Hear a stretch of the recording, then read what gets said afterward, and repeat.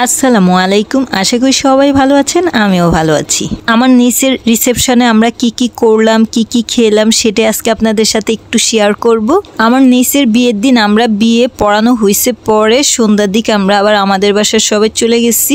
যেহেতু আমার ভাইয়ের বাড়ি থেকে আমাদের বাড়ি তেমন দূরে নয়, আর আগের দিন রাত্রে আমাদের ঘুমও হয়নি ভালো, তাই আমরা সবাই চলে গেছি আমাদের বাসায়। আমরা তো পরের দিন অর্থাৎ আমার নিচের রিসেপশনে আমাদের সেন্টারে যেতে একটু লেট হয়েছে, আর গিয়ে দেখি আমার ছোট বোনের হাজব্যান্ড, ওর শাশুড়ি মা, ওর যা, ওনারা খেতে বসে গেছে। অবশ্য আমরা একটু লেট না, অনেক লেট করছিলাম, যার কারণে আমার ভাই ভাবি আমাদের বারবারই ফোন দিচ্ছিল যে আমরা এত লেট করছি কেন। অবশ্য এটা আমাদের নেচার, আমরা যদি সব ভাই বোন কোথাও একসাথে যাই তাহলে আমাদের লেটই হয়। তার মধ্যে আবার আগের দিন রাত্রে সবার ঘুমও হয়নি ভালো, যার কারণে বাসায় এসে তো আরামের ঘুম দিয়েছিলাম সবাই, তাই সকালে ঘুম থেকে উঠতে একটু লেট হয়েছে।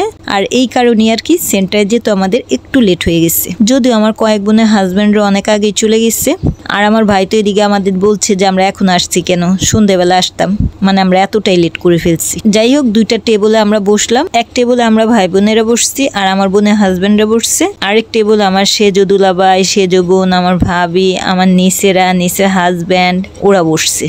আমরা তো যখন খেতে বসছি তখন মোটামুটি সবারই খাওয়া হয়ে গেছে, মানে প্রায় টেবলই ফাঁকা ছিল। আমরা এতটাই লেট করে গেছি, মেহমান অনেকই চলে গেছে। আর এইদিকে আমার নিচের ছোট ছেলে, ও তো অনেক খ্যান করছিল, মানে ও খাবার দাবার না খেয়ে চিপস খাচ্ছে। চিপস খাওয়া হয়ে গেলে প্যাকেট এভাবে ছুঁড়ে ফেলে দিচ্ছে আর জিদ করছে খালি। অথচ ও এমনিতে এত জিদ করে না, খুবই শান্ত স্বভাবের একটা ছেলে। সেন্টারে কি কারণে এত জিদ করছে জানি না, হতে পারে আগের দিন রাতে ঘুম ভালো হয়নি, যার কারণে এত জিদ করছে। আর আমাদের মিনি প্রিন্সেস তো প্রিন্সেস সেজে ওর বাবার কুলে বসে খেতে বসছে। যাই হোক, টেবলে খাবার চলে আসছে।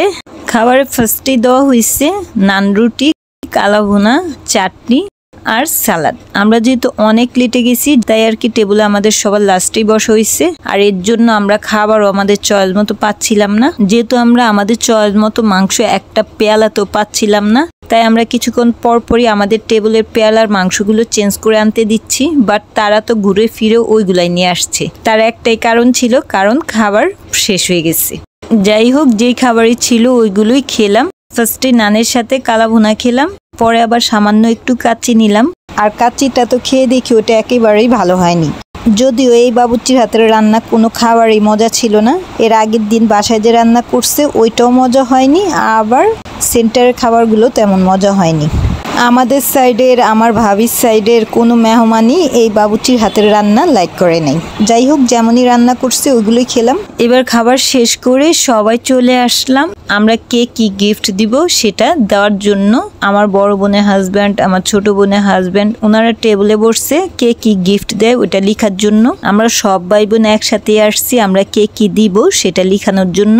বড় থেকে দিচ্ছে, ফার্স্টে আমার বড় বোন দিচ্ছে, দেন মেজো বোন, সেজো বোন, তারপর আমার ভাই, তারপর আমার অন্যান্য বোন, আবার আমি। অবশ্য আমাদের ফ্যামিলি থেকে আমার ছোট ভাই গিফট দিছে, তবু আমি আমার নিজকে স্পেশাল একটা কিছু দিলাম। স্পেশাল এর জন্যই বলছি কারণ আমি যেই গিফট দিছি এটা কেউই দেয়নি। আমার নিজকে আমি কি গিফট দিলাম সেটা আপনাদের দেখাবো।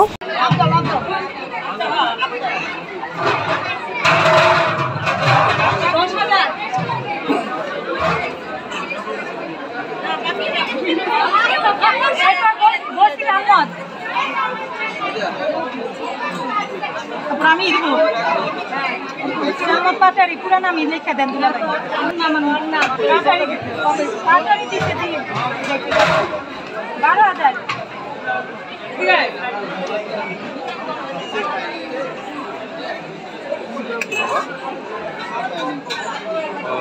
এটা লেখা নামে না করুন।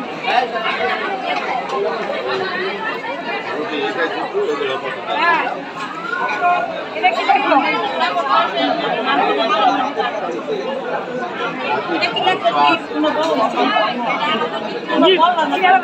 আমি টেবিলে যাচ্ছিলাম আর ওই মুহূর্তে আমার নিচের হাত থেকে ব্যাগটা পড়ে ছিঁড়ে গেল। কি আর করাই, ছেঁড়া ব্যাগ দিয়ে গিফট দিলাম। এখন দেখাচ্ছি আমি আমার নিচকে স্পেশাল কি গিফট দিলাম। এটা হচ্ছে একটা নকশি কাঁথা। কাঁথাটা অল ওভার কাজ করা ছিল। কাঁথার এক সাইড সুতার কাজ করা, আরেক সাইড একেবারেই ফ্রেশ ছিল। কাঁথাটা ডাবল কাপড় দিয়ে সেলাই করা, তো তাই এক সাইড নকশি করা, আরেক সাইড ফ্রেশ ছিল।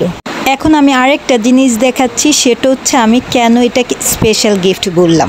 এই কাঁথাটা আমি কিনে আনার পর দেখলাম যে এটা সাইড দিয়ে একটু বর্ডারের মতো জায়গা আছে, তাই আমি কি করলাম, সুই সুতা দিয়ে এই কাঁথাটার সাইডের বর্ডারটা আছে না, ওই বর্ডারটার সাইড দিয়ে আমি আবার আমার নিচের নাম লিখে ওর বিয়ের ডেট লিখে দিছি। দেখাচ্ছি আমি কি লিখছি। জেরিনকে আমেনা ফুপু, 14 ফেব্রুয়ারি 2025। যদিও আমার ভাই বোনদের গিফটের সাথে কম্পেয়ার করলে এটা কিছুই না, বাট গিফট তো গিফটই। 1 টাকার গিফটও গিফট, আবার লাখ টাকার গিফটও গিফট।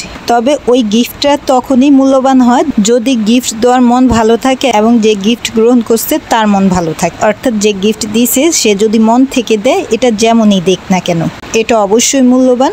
আর যে মন থেকে গিফট গ্রহণ করছে সেটাও অবশ্যই মূল্যবান। আমি ট্রাই করছিলাম আমি এমন কিছু আমার নিজকে গিফট করি যাতে ও এটা যখনই ইউজ করে আমার কথা মনে পড়ে। যাই হোক, পালাক্রমে এক এক করে সবাই যার যার গিফট দিচ্ছে, আর আমার বড় দুলাভাই ওই গিফটগুলো খাতার মধ্যে লিখছে। আমার বড় বোন ওইটা আবার চেক করে দেখছে যে ঠিকঠাকভাবে লিখছে কিনা। আমার কাছে আসতে বলি নাই তো, তুমি দূরেই থাকো। ওই দেখো না, থাক, দূরে বলছি, দূরে দেখতেছি।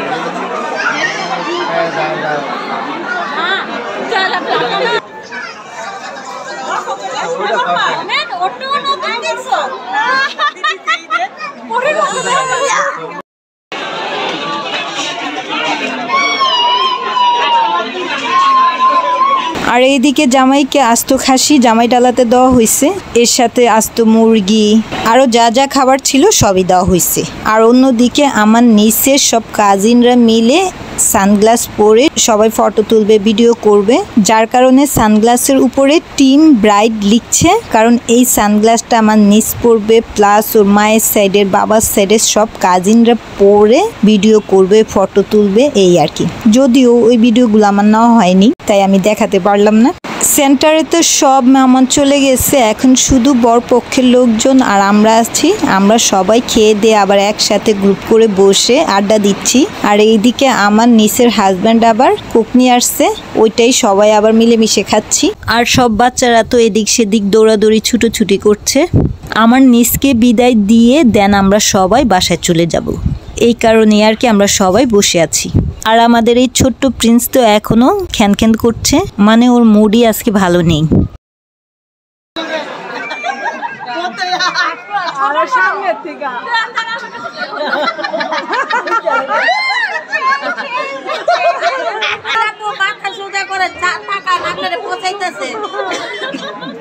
আর এইদিকে আমার সেজে দুলাভাইয়ের অবস্থা দেখে তো আমরা সবাই হাসছিলাম।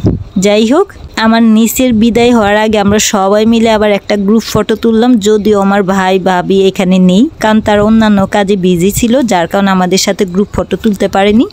এই তো আমার নিচের বিয়ের ফার্স্টের থেকে লাস্ট পর্যন্ত আমরা কি কি করলাম সেটাই আপনাদের সাথে একটু শেয়ার করলাম। ভালো লাগলে সবাই আমাকে লাইক, শেয়ার, কমেন্ট, সাবস্ক্রাইব করে সাপোর্ট করবেন। আর চোখ রাখবেন আমার চ্যানেলে পরবর্তী ব্লগ দেখার জন্য। ধন্যবাদ সবাইকে। আল্লাহ হাফিজ।